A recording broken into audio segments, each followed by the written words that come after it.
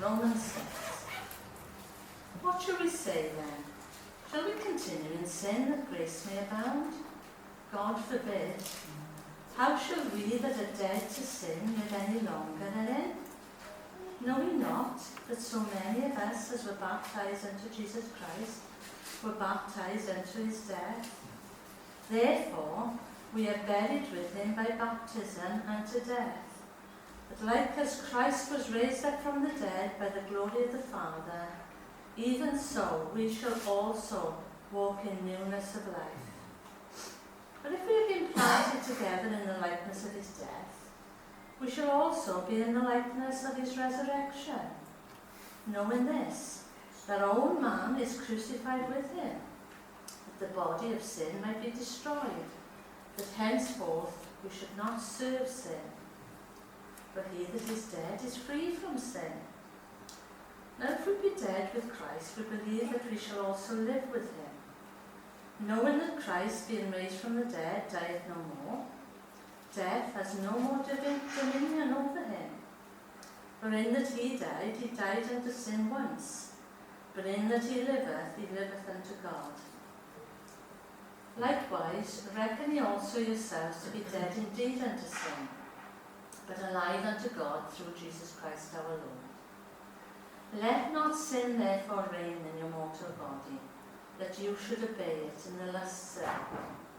Neither yield ye your members as instruments of unrighteousness unto sin, but yield yourself unto God, as those that are alive from the dead, and your members as instruments of righteousness unto God. For sin shall not have dominion over you, for you are not under the law, but under grace. Praise God.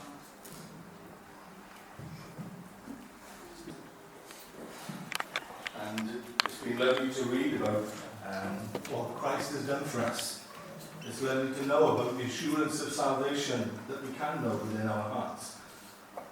Carol and myself attended the Open Doors Regional Conference down in Virginia yesterday, and there was a couple there from Bangladesh, which is 90% Muslim, and the one was brought up in a Christian family, 7th generation Christian from William Carey going up to India. Her ancestors were saved from William Carey's mission trip. And here they are, 7 generations down, and they're still holding firm. The husband was a Christian from a Muslim background. He had to leave his house. After he left, they kidnapped him, and his brothers wanted to kill him for bringing shame on the family. And the only thing that spared his life that night was the intercession of his father. His father pleaded, don't kill him. Don't kill him. Although he's been disowned, disinherited, the father could not bear to see his son killed. And he managed to return, and he's been totally ostracized from the family ever since. Absolutely incredible what God is able to do. Carlin and myself drove down there. We were originally intending to be there a bit earlier, but we realised that we could register online, so we could arrive a little later. So the event was due to start at 10, so instead of being down there for 9:30, we aimed to be down there for about 9:45. That late change of plan happened in the morning. There were about 300 people there. We parked the car, and the next car that came and parked by us was a lady who used to go to Christian Union Company's house that we hadn't seen for 10 years. And she'd lost her partner, she lost her husband 2 years ago. And she was with us all day. I didn't know anybody else. All day I didn't come across anybody else in that room that I knew. I couldn't have arranged to have parked my car next to hers if I tried. Couldn't have done it. She travelling down from the Rhondda. Didn't even know she was going. You see, God is there. God is with us all the time. His timing is absolutely incredible. And we can trust him. We can trust him. Anyway, it's not on us. It's an assurance of salvation. And that is what brought that Muslim brother to commit his life to Christ. Because whenever he asked the man, can I have assurance of salvation? The response from the Quran was no. There's no assurance. Just try your best and maybe you will. And he read the New Testament and he found you can know. Jesus said, I am the way, the truth and the life. No man comes to the Father but by me. What does that mean? You can come to the Father through Christ. And he saw it straight away. The assurance that he'd been seeking for all his life was there. Not on what he could do, but on what Christ had done. And that's what we've been looking at, isn't it? Romans 5. Our assurance, our salvation is not based on our acts. It's based upon his work and our acceptance of it, our belief in it, our faith in it. But Paul understands that there is a danger with that thinking. If we just focus on the fact that Christ has died for us, Christ has paid the price for us, Christ has secured our salvation, then the danger is what we read in chapter 6, verse 1. But what should we say then? Can we just continue in sin? Can we just continue to live the life that pleases us? Because actually, Christ has saved us anyway. There is a danger of that thinking, isn't there? And Paul responds immediately in verse 2 with certainly not. That is not what grace is all about. That is not what the completed work of Christ is all about. It's not a free ticket for you to just carry on living the same selfish life that you were living before. It's not for you to just say, right, I believe in God. It doesn't make a blind bit of difference to my life or my thoughts. It doesn't change anything. It just gives me a ticket to heaven. And there's a danger, isn't there? That we focus too much on what Christ has done. The price that has been paid. The punishment. The fulfillment of God's judgments. All those things are right. But Christ didn't just die. And that is what Romans 6 reminds us of. Certainly not. Christ did not come to just take all the blame for you to just carry on living as you want, just pleasing yourself. That is so alien to the heart and the thought of God. To think that you can just continue living the same life, doing the same things that you were doing before you were saved, is an insult to the grace of God. And he says it simply like this: how shall we, who have died to sin, live any longer in it? And then he talks about this wonderful picture that we see with baptism, what we see with water baptism, and what we see when any Christian gives their life to Christ, even before they go through the waters of baptism. You see, we are baptized into Christ even before the waters of baptism. As soon as you acknowledge who Christ is, you've shared in his death. The waters of baptism are an outward sign of the inner work of what has already happened in your heart.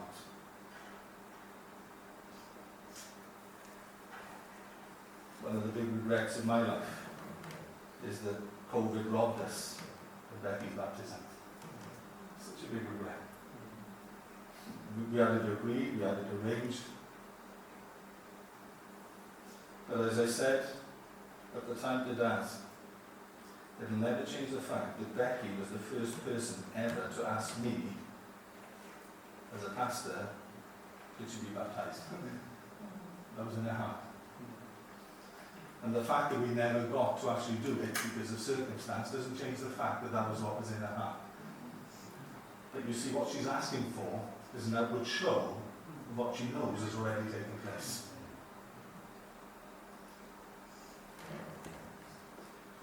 We have died with Christ. It's not just that he died our death.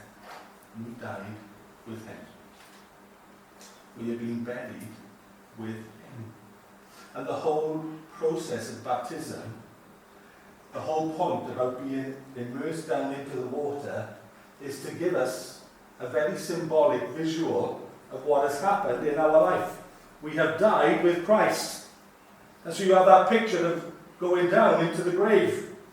We're going down under the water. We have died with Christ. But hands up, who would want a baptism that ended there?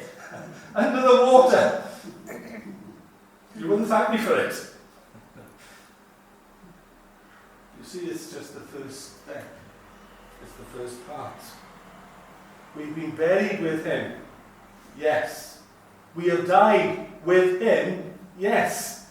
But Christ did not stay dead. He was raised from the dead by the glory of the Father.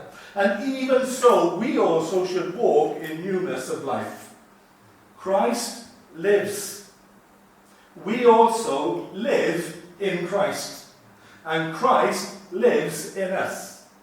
How can we possibly say that our life carries on the same as it did before? It can't. It can't. We have gone through a life-changing process. We have gone through a life-giving process. Just as we have been united together with him in death, we are also united with him in his resurrection. And just as his death has the power to give us the assurance of salvation, the assurance of sins dealt with, his risen life lives now in us. Sanctification doesn't come from you being a better person. Sanctification comes from Christ giving out his life in us. It is so different. Once we have given our lives to Christ, that step from death into life is totally revolutionary. It changes everything. All our plans, all of our ambitions, they die. Everything that your life was aiming for, everything that your life was going to be without Christ, has died. It's gone. You see, what we need to remind ourselves is that when we become a Christian, it's not just our destination that changes. It's not just the fact that instead of now being condemned to hell, we have a ticket to heaven. It's so much more than that. Of course, that is part of it. Of course, our destination has changed. Of course, God does want to share eternity with us in heaven. But there's so much more he wants to give us this side of heaven as well. And it's not just our destination that has changed, but the path of our life has been totally transformed. If you could have seen the map of where your life was going to go without Christ, what paths you were going to go down, what your aims and ambitions would be, what you would choose, and then you look to see what Christ has called you to, and where you've gone instead. It's not being running parallel. It's going to be totally divergent. Totally divergent. Because the impulses that now drive your life are totally opposite. Before we're saved, we are part of the problem of sin. Our life is in complete rebellion to God. As far as we're concerned, we are totally dead to him. We have no thought for him. We have no time for him. But when Christ has shone into our lives, it changes everything. We are completely alive to God. Nothing will ever be the same ever again. We will never view our life the same ever again. We cannot. Because the impulses that drive it have totally changed. It's not now a life of selfish endeavour. It's not now a blinkered life of just looking after us and our own. But it is a wide-angle view of the world. It is listening to the very heart and voice of God. As we sin so often, we are to be his hands, we are to be his feet, we are to be his mouthpiece, we are to be his heart. We are to see as God sees. We are to feel as God feels. We share his life. Christ lives out his purposes through his church, through us, his children. We're living his life. We're doing his will. We're serving him. Life completely different. Yes, buried with him. Through the waters of baptism we see it. Yes, we are immersed and we die. But if we were left under the water, how silly that would be. But the power that is able to take away our sin and our condemnation is the same power that raises Christ from the dead and is the same power that lives in our life. Paul puts it like this: our old man has been crucified with him. Total crucifixion. You don't come back down off a cross. Once you're there, you're there. You die. And he has reminded the readers in Rome, it's not a case of continuing as things were. You died to how things were. You can never go back to how things were. Because before Christ came into your life, you were a slave to sin. Satan manipulated you. Satan pulled the strings. You don't need to be a Satanist or a Satan worshipper to be following his impulses. You just need to be in rebellion against God. Living a selfish life, doing all that we want and having no thought for what he wants. And he talks about sin reigning in our lives. It's the ruler of your life. We are no longer slaves. Sin, we've died to it. We are freed from its grasp. We are freed from its rule.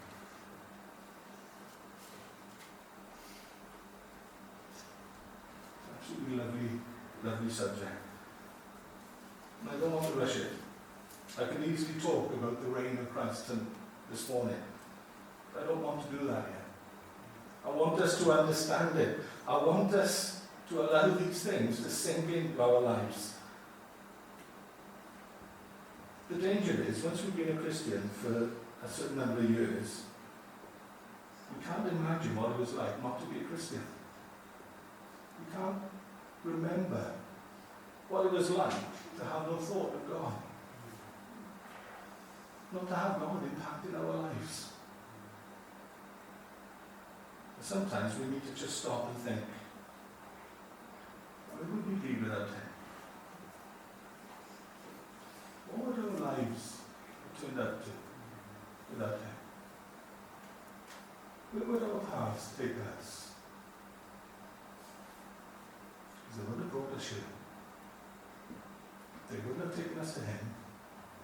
They wouldn't have brought us to each other. And that's where we are. I thank him. He has paid the price for our sin. I thank him that we have been buried with him. But I thank him, not just left under the water. Amen. God bless those thoughts to our heart.